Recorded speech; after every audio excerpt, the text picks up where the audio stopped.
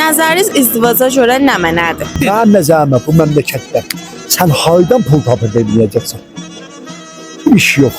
Həyatın bir 10 milyardır. Bekay. Kızı yazır getirsən, kız da yazıq ola, özün də yazıq olasan. Allah bahisini evin yıksın. Hər kəs bahisdir ki, sən bir niyə evlənməyəsən. Mənim bacım əgər getməyə, Allah onun evin yıksın. Hər kəs də bahisdir. Bu zamanında yox evlənmir. Baba halı görmüsünüz mən. Pulun olmasa niyə evləndir? Yaxşı, ciddən deyirəm. Əgər vaqəən özümə görə gələ müşkülü yox. Yox, mənim puluma görə. Deyək, istəmirəm, bəş əlimdə. İstəmirəm ki, sən kəbin istəyirəm versən filandır. Yox, mən o istəmirəm. Yox, əgər özümə görə gəlsə müşküldür yazsın. Nəinki, mənim puluma görsə, vallahi o bir şeyin ola, bu bir şeyin ola, mən o söyləmirəm. Yalan demirəm. Mən açıb-açıq onu deyirəm. Adam olsa yaxşıdır da. Əhli olsa.